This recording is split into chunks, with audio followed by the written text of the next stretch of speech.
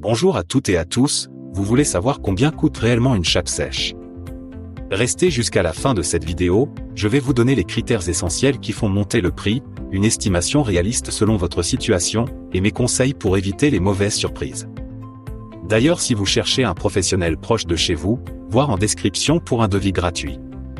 Qu'est-ce qu'une chape sèche?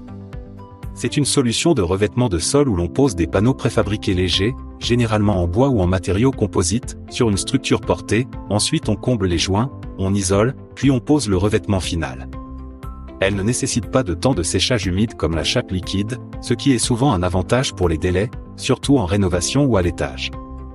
Plusieurs éléments influent fortement sur le coût, le type de panneau choisi, leur épaisseur, la surface à couvrir, l'isolation éventuelle, l'accessibilité du chantier, et la finition souhaitée. Réalisez un devis gratuit avec un pro, lien en description. Passons aux chiffres estimés. Pour une chape sèche classique, sans isolation supplémentaire, sur une superficie de 15 à 30 mètres carrés, vous pouvez compter en général entre 25 et 40 € le mètre carré posé.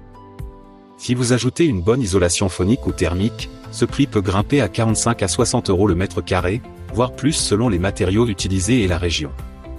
L'épaisseur des panneaux joue, des panneaux fins peuvent coûter moins cher, mais ils peuvent demander un plus grand soin sur la structure de support. L'accessibilité du chantier est aussi décisive. S'il faut monter les matériaux à l'étage via un escalier, ou traverser des zones étroites, cela ajoute du coût de main-d'œuvre.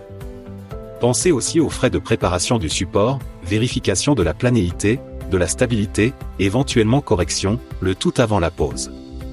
Sur le plan informatique pratique, voici comment bien gérer les devis. Ouvrez un tableur, par exemple Google Sheets ou Excel, créez une ligne par devis reçu, ajoutez des colonnes pour surface, type de panneau, isolation, coût des matériaux, coût de la main-d'œuvre, frais d'acheminement, finition.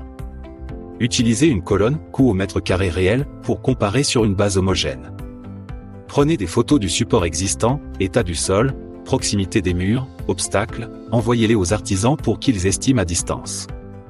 Rangez tous les devis dans un dossier numérique, notez les délais d'installation et livraison des matériaux, tout cela aide à éviter les mauvaises surprises. Autre point important, la finition. Certains matériaux haut de gamme, comme des panneaux avec pare-vapeur, couche isolante ou finition spéciale, coûtent plus cher.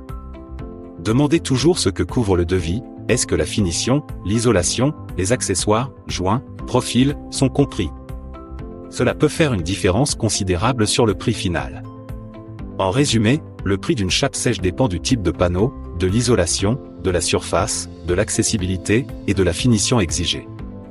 En utilisant les outils numériques pour comparer les devis, en exigeant la clarté sur les postes de coût, vous allez maîtriser votre budget et obtenir une offre qui correspond vraiment à vos attentes. N'hésitez pas à demander votre devis gratuit avec notre lien en bio.